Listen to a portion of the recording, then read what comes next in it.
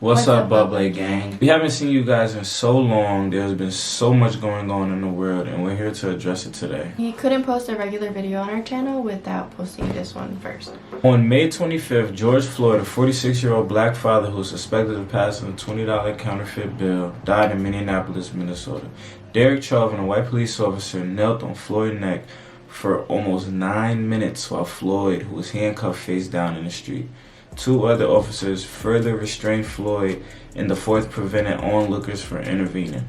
During the final 3 minutes, Floyd was motionless, had no pulse, and officers made no attempt to revive him while Chauvin kept his knee on Floyd's neck, even as arriving emergency medical technicians attempted to treat him. His death has sparked demonstrations and protests against the use of excessive force by police officers and the lack of police accountability worldwide.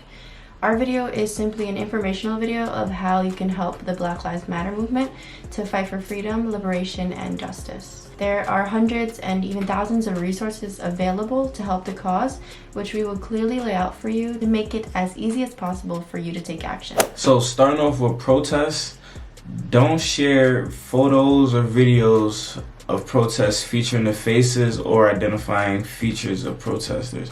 The facial recognition technology exists to identify them, and the police will find and charge them. Before attending a protest or sharing its details, research the source of the information. Both police and white supremacist groups are creating fake events and news to trap protesters and harm and arrest them. When protesting, cover all identifiable features on yourself: your face, your hair, tattoos, piercing, birthmarks, etc. You should also cover your face with a mask, like we said, but not only for privacy, but for health reasons, like COVID purposes. And in the description below will be 2 links with more information about how to safely protest. With that being said, not everyone is in the perfect health or mental state to physically protest, and that's perfectly okay, but you still can contribute. Oh, you go send out text. You can text justice to 668-366.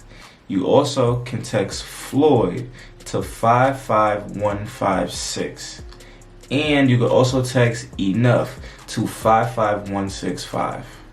You can also call and leave a message for Louisville Mayor and demand justice for Breonna Taylor at 504-574-2003. And you can also call DA Mike Freeman in Minnesota, 612-673-2100, and demand prosecution to Derek Chauvin. Social media is a powerful tool to help with this cause. You can follow these organizations below and stay in the loop and constantly share outlets. There are a handful of things that you can do, but I think one of the easiest things that literally takes 2 seconds is using your platforms to help share things that can help the movement. So if you can't donate, maybe you can share something on your Instagram or something on your Snapchat or Twitter for someone to see who can donate.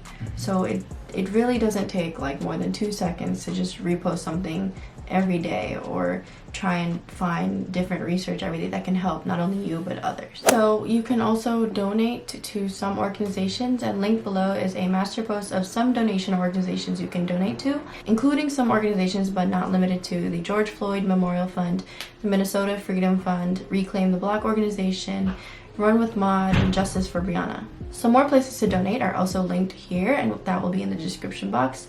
And if you can donate, share these links, and if you can't donate, still share these links. Also, sign petitions. Link below is a master post of petitions you can sign. Multiple petitions from change.org, Color of Change, and Justice for Breonna. Another thing you can do to help support this cause is, if you want to reflect, is you can ask yourself, what ways does my proximity to whiteness afford me privileges that aren't extended to Black and brown people? In what ways have I been conditioned to believe in the superiority of whiteness? In what ways have I engaged in rhetoric that promotes othering or stereotyping of Black people?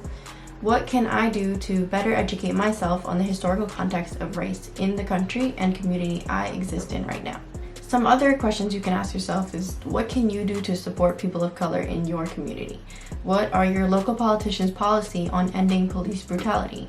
When were you taught about race and culture? How do you plan on helping to fight to end racial discrimination and systematic oppression? How can you use anti-racist knowledge to change and progress conversations with friends, family, colleagues, and peers?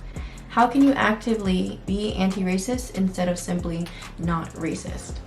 what do you want to learn more about? So these are a couple of questions that you can ask yourself that can help like further push you to support the movement. And use the internet as an outlet to do your research. Research other donations you could donate to, or other funds that you could share, and other petitions you could sign and share.